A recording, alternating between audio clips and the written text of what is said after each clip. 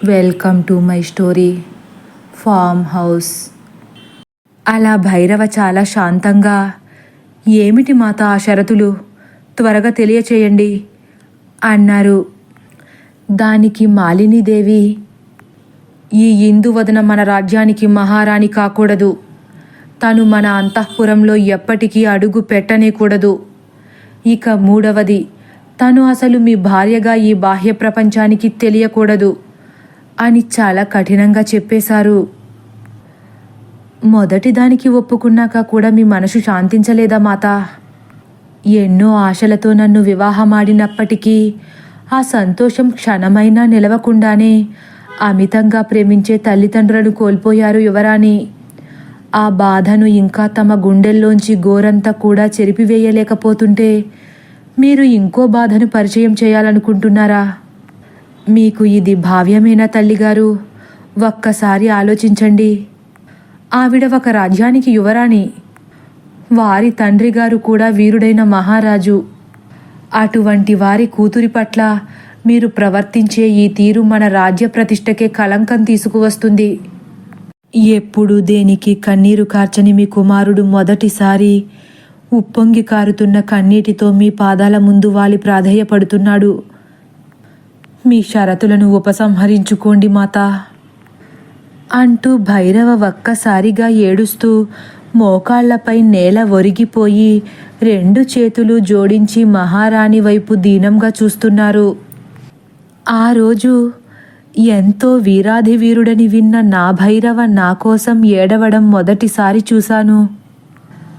భైరవను అటువంటి పరిస్థితుల్లో చూడగానే నా మనసు కూడా చలించిపోయింది. నా ఒక్క మనసే కాదు, మహారాజు కూడా చలించిపోయి, భైరవా, చిన్నపిల్లాడిలా అలా దుఃఖించడం వీరుల లక్షణం కాదు, ముందు పైకి లేవండి అంటూనే క్రోధంతో రగిలిపోతున్న మహారాణి వైపు చూస్తూ, మహారాణి, మీ షరతులు ఏమాత్రం ఆమోదయోగ్యమైనవి కానట్లుగా అనిపిస్తున్నాయి. మరొక్కసారి ఆలోచించండి. అంతఃపురంలో ప్రవేశించనీయకపోతే యువరాణి మనసు ఎంత బాధపడుతుందో ఆలోచించండి. అసలే తల్లిదండ్రులను కోల్పోయిన బాధలో ఉన్నారామే. ఆడపిల్ల కన్నీరు మన రాజ్యానికి మంచిది కాదు. చాలించండి మహారాజా. ఇప్పటి వరకు రాజ్య విషయాలన్నింటిలోనూ మీరు నిర్ణయాలు తీసుకుంటూ వస్తే నేను ఎందులోనూ తలదూర్చలేదు. ఇది కుటుంబానికి సంబంధించిన విషయం కాబట్టి నా నిర్ణయమే చెల్లుతుంది. ఆ 3 షరతులకు ఒప్పుకుంటేనే వాళ్లకు మన రాజ్యంలో స్థానం ఉంటుంది. లేకపోతే భైరవ ఈ తల్లిదండ్రులను శాశ్వతంగా మరచిపోవలసి ఉంటుంది అని మళ్ళీ కఠినంగానే చెప్పేశారు మహారాణి. చిత్తం మహారాణి, మీ 3 షరతులకు వకుల సామ్రాజ్యానికి కాబోయే మహారాణి ఇందువదన ఒప్పుకుంటున్నారు. నేను మా తల్లిదండ్రులను కోల్పోయి అనుభవిస్తున్న క్షోభ చాలు. ఇప్పుడు యువరాజు ఆ క్షోభను అనుభవించే పరిస్థితిని తీసుకురావద్దు. మీరు చెప్పినట్లే నేను మీ రాజ్యానికి మహారాణి స్థానాన్ని ఎప్పటికీ కోరుకోను. మీ అంతఃపురంలో అడుగు పెట్టడమే కాదు, అంతఃపురాన్ని కన్నెత్తి చూడాలని కూడా అనుకోను. ఇక భైరవ భార్యగా అంటారా? ఈ బాహ్య ప్రపంచానికి తెలియకూడదన్న మీ షరతు మాత్రం నా హృదయాన్ని 1000 ముక్కలు చేసినప్పటికీ మీ నుండి భైరవను దూరం చేయడం ఇష్టం లేక ఈ షరతుకు కూడా ఒప్పుకోవలసి వస్తుంది అని చెప్పేశాను. అలా నా నోటి నుండి మాటలు తూటాల్లా ధైర్యంగా బయటకు వచ్చినప్పటికీ నా హృదయం దుఃఖ సముద్రంలా మారిపోయింది. ఒక ఆత్మాభిమానం కలిగిన ఆడపిల్ల జీవితాన్ని ఈదాలంటే ఇన్ని కష్టాలు అనుభవించాల్సి వస్తుందా అన్న అనుమానం నా మనసుని కలవరపరిచింది.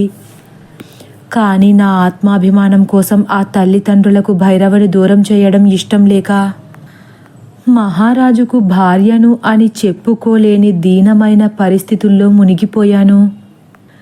నా మనసులో బాధను పంచుకోవడానికి నాతో నా తల్లిదండ్రులు లేరు. వారు పంచిన ప్రేమానురాగాలు, వాత్సల్యం మాత్రమే వాళ్ల గుర్తుగా మిగిలిపోయాయి. ఆ తీపి గుర్తులే అంతటి మమకారం, అనురాగం ఇక ఎవరి నుండి నాకు లభించవని గుచ్చి గుచ్చి పొడుస్తున్నట్లు అనిపించింది ఆ క్షణం. నన్ను కంటికి రెప్పలా ఏ లోటు లేకుండా చూసుకుంటానని చెప్పిన భైరవ కూడా ఏమీ చేయలేని నిస్సహాయ స్థితిలోకి వెళ్ళిపోయారు. ఇక నా త్యాగమే నా భైరవ మనసుని తేలికపరుస్తుందని తెలిసాక ఒక్క క్షణం కూడా ఆలోచించకుండా ఆ 3 షరతులకు ఒప్పుకునేసరికి మహారాణి కాస్త శాంతించారు.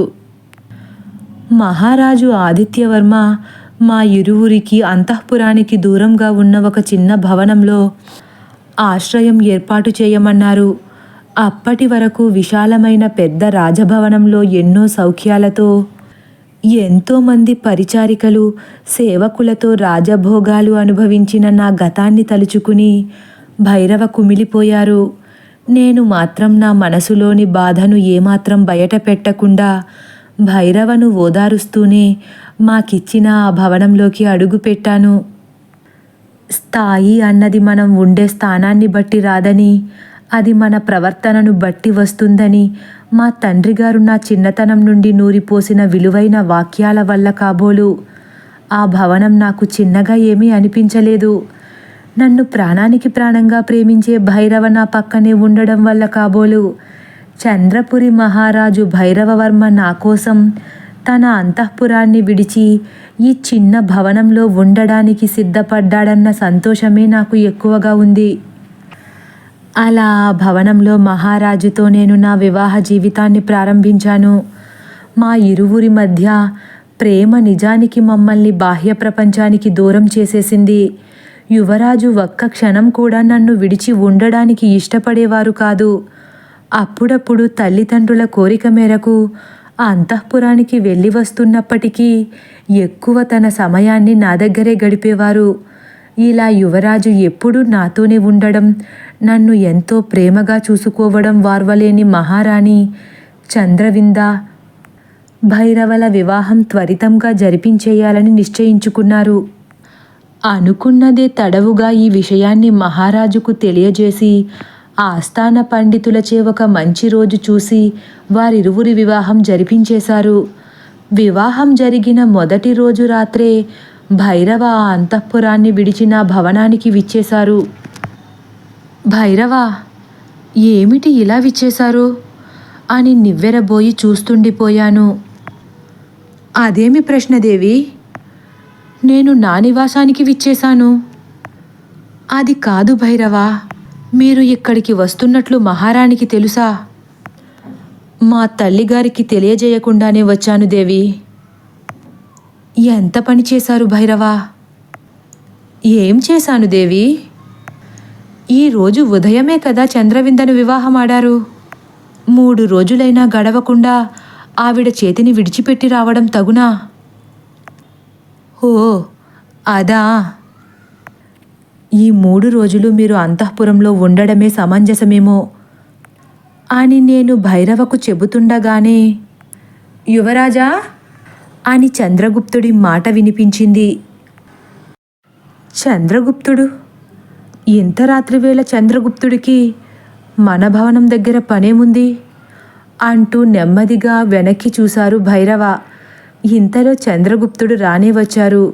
హడావిడిగా వస్తూనే యువరాజు భైరవవర్మకు ప్రణామములు, యువరాణి ఇందువదనాదేవికి కూడా ప్రణామములు అని మా ఇద్దరికీ తల వంచి నమస్కరించారు.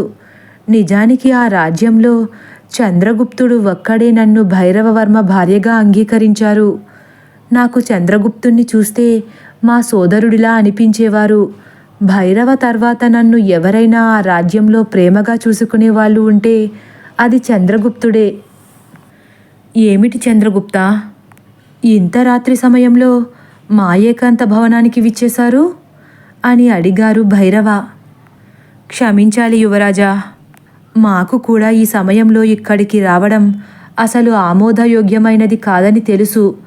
అయినప్పటికీ మహారాణి మాలినీదేవి ఆజ్ఞను పాటించక తప్పలేదు. మా తల్లిగారి ఆజ్ఞ ఏమిటది? మిమ్మల్ని తక్షణమే అంతఃపురానికి రావలసిందిగా కబురు మీకు చేరవేయమన్నారు. వెంటనే భైరవ కనుబొమ్మలు దగ్గరకు చేరిపోయాయి. ఎందుకో మీకేమైనా చెప్పారా? మాకు ఎలా చెబుతారు యువరాజా, ఆవిడ మీతో ఏదో మాట్లాడాలనుకుంటున్నారు. సరే, మీరు బయలుదేరండి. దేవి, మీరు జాగ్రత్త. నేను అంతఃపురానికి వెళ్ళి మా తల్లిగారు ఎందుకు కబురు చేశారో తెలుసుకుని వస్తాను. తప్పకుండా భైరవ, క్షేమంగా వెళ్ళి లాభంతో తిరిగిరండి అని నేను అనగానే భైరవ చిన్న చిరునవ్వుతో అక్కడి నుండి వెళ్ళిపోయారు. భైరవ ఆ రాత్రి తిరిగి మా నివాసానికి రాలేదు. నేను కాస్త సమయం భైరవ కోసం ఎదురుచూసి అక్కడ ఉండమని మహారాణి ఆజ్ఞ అనుకుని నిద్రపోయాను. మరునాడు ఉదయమే సూర్యభగవానుడు ఇంకా గగనవీధిలో అడుగు పెట్టకముందే భైరవ నా గుమ్మంలో వాలిపోయారు. తులసి కోట వద్ద పూజ చేస్తున్న నా దగ్గరకు వచ్చి, దేవి ఇందువదన, రాత్రి నా కోసం ఎదురు చూశారా అని ప్రేమగా అడిగారు. ఎదురు చూడాల్సిన సమయంలో ఎదురు చూస్తాను, మీరు రారు అని తెలిసినప్పుడు ఎలా ఎదురు చూస్తాను భైరవా అని తులసి కోటలో నీళ్లు పోసి భైరవ దగ్గరకు వచ్చి భైరవ కాళ్లకు నమస్కరించుకున్నాను. భైరవ నన్ను ఆశీర్వదించి, రాత్రి నేను ఎందుకు రాలేకపోయానంటే మహారాజు మహారాణితో రాజ్య బాధ్యతను స్వీకరించే విషయంలో చాలాసేపు చర్చించవలసి వచ్చింది దేవి. అయ్యో, నేను అర్థం చేసుకున్నాను భైరవ. మీరెందుకు ఇంత కలత చెందుతున్నారు? నాకు అర్థం కావట్లేదు. కలత చెందక ఏం చేస్తాను దేవి? ఒక మహారాణి స్థానంలో రాజభోగాలు అనుభవించాల్సిన మిమ్మల్ని తీసుకువచ్చి ఈ ఇరుకైన భవనంలో బంధించి మిమ్మల్ని వదిలి వెళ్ళిపోయానన్న బాధ మీకుందో లేదో కానీ నన్ను మాత్రం నీడలా పట్టి పీడిస్తుంది. అక్కడ ఉన్నానన్న పేరే కానీ నా హృదయం అంతా మీ మీదే. నాకు తెలుసు, మీరెక్కడున్నా మీ మనసు మాత్రం నా మీదే నిలబడిపోతుందని. దేవి, మా తండ్రిగారు మహారాజుగా నాకు పట్టాభిషేకం చేయదలిచారు. సంతోషం. లాభంతో తిరిగి రమ్మన్నానని నా మాటను తీసివేయలేక యువరాజు కాస్త మహారాజులా తిరిగి వచ్చారన్నమాట. ఇది లాభమేమిటి దేవి? మీతో పాటు సింహాసనాన్ని అధిష్ఠించి పట్టాభిషేకం చేయించుకోవాలని కోరిక తీరట్లేదు కదా. అన్నీ మనం అనుకున్నట్లు జరగవు కదా భైరవ. నేను ప్రాణానికి ప్రాణంగా ఇష్టపడ్డ నా భైరవ నాకు భర్తగా మారారు. మీ హృదయంలో కొలువై ఉన్న ఇందువదన మీ భార్య స్థానంలో మీ ముందు నిలుచుంది. ఇక ఆస్తులు అంతస్తులంటారా, మన మనసుకు నచ్చిన వాళ్ళు పక్కన ఉంటే వచ్చే ఆ సంతృప్తి ఏ ఆస్తులతోనూ అంతస్తులతోనూ రాదు కదా మహారాజా. చాలు దేవి, ఈ మాట చాలు. ఈ సంతోష సమయంలో మీకు ఒక మాట ఇస్తున్నాను దేవి. నా ఈ జీవిత ప్రయాణంలో మిమ్మల్ని తప్ప వేరొక స్త్రీని ఉద్దేశపూర్వకంగా తాకనని మాటిస్తున్నాను అని నా చేతిలో చేయి వేసి వాగ్దానం చేశారు. సరి, ఈ ప్రేమ ఇంకెన్నాళ్ళో చూస్తాను కదా అని నేను కాస్త సిగ్గుతో తలదించుకుని ముందుకు వెళ్ళబోతుంటే భైరవ వెంటనే నా చేయిని పట్టుకుని తన వైపుకు లాగుతూ, ఈ భైరవ ప్రాణాలతో ఉన్నంత వరకు అని నన్ను హత్తుకున్నారు. వదలండి భైరవ, మనమున్నది ఆరుబయట. నా రాణిని నేను హత్తుకోవడానికి ఎవరైనా చూస్తారేమోనని జడవాలా దేవి? మీరు జడిసినా జడవకపోయినా నేను జడవాలి మహాప్రభో, వదలండి. నేను అంతఃపురం వైపు కన్నెత్తి చూడనన్నాను కానీ అంతఃపురంలో ఉన్న మీ మహారాణి గాని మనిద్దరిని ఇలా చూస్తే ఇక అంతే సంగతులు. ఆ మాటకు మహారాజు ఒక్కసారే దూరంగా ఎత్తుగా కనిపిస్తున్న కోట వైపు చూస్తూ, యువరాణి మహారాణిగా మారి కుమిలి కుమిలి ఏడుస్తుంది, అంతకు మించి ఏం చేయగలదు దేవి అన్నారు. వారిలా మనమెందుకు ప్రవర్తించడం భైరవా? నరుని దృష్టికి నల్లరాళ్ళైనా బద్దలవుతాయంటారు. ఏ కన్ను ఎటువంటిదో మనకేం తెలుసు? కనుక మన జాగ్రత్తలో మనం ఉండాలి కదా అని భైరవ కళ్ళలోకి చూస్తూ అన్నాను. చిత్తం దేవి, ఈ మహారాణి ఆజ్ఞ వేశాక ఈ దాసుడు కాదనగలడా? మీ మాటే నాకు వేదవాక్కు అంటూ ఆయన బాహువులలో నన్ను బంధించేశారు. మాటలు బాగానే మాట్లాడుతున్నారు, పాటిస్తే కూడా బాగుంటుంది మహారాజా, ఇక వదలండి అని భైరవను విడిపించుకోవడానికి ప్రయత్నిస్తున్నాను. ఇంతలో మళ్ళీ చంద్రగుప్తుడు యువరాజా అని ద్వారం దగ్గర నిలబడి పిలుస్తున్నట్లు వినిపించింది. సేనాధిపతి ఈ మధ్య సమయం సందర్భం లేకుండా ప్రవర్తిస్తున్నట్లు అనిపిస్తుంది. తన తీరు మనకు ఇబ్బంది కలిగిస్తుందని తెలియచేసి వస్తాను, ఉండండి దేవి అని కాస్త చిట్లించిన కనుబొమ్మలతో భైరవ ముందడుగు వేశారు. ఆగండి భైరవా, ఎందుకంత అసహనానికి గురవుతున్నారు? వారిని కూడా ఇక్కడికి రావద్దని చెప్పేస్తే ఇక మన భవనంలో అడుగుపెట్టేవారెవరున్నారు? చంద్రగుప్తుడు నాకు సోదరుడు వంటివారు. మీరంటే కూడా వారికి ఎంతో ప్రీతి. ఆ మమకారం చొప్పున వస్తున్నారేమో, కాస్త సున్నితంగానే మాట్లాడి పంపించండి అని చాలా సౌమ్యంగా చెప్పి పంపించేశాను. చిత్తం మహారాణి. మహారాణి ఆజ్ఞ వేశాక ఇక పాటించకుండా ఈ దాసుడుంటాడా అని మరొక్కసారి నా వైపు చూసి నవ్వుతూ బయటకు వెళ్ళారు. చంద్రగుప్తుడితో భైరవ కాసేపు మాట్లాడిన తర్వాత చేతిలో ఒక స్వర్ణపేటికతో నా దగ్గరకు వచ్చారు భైరవ.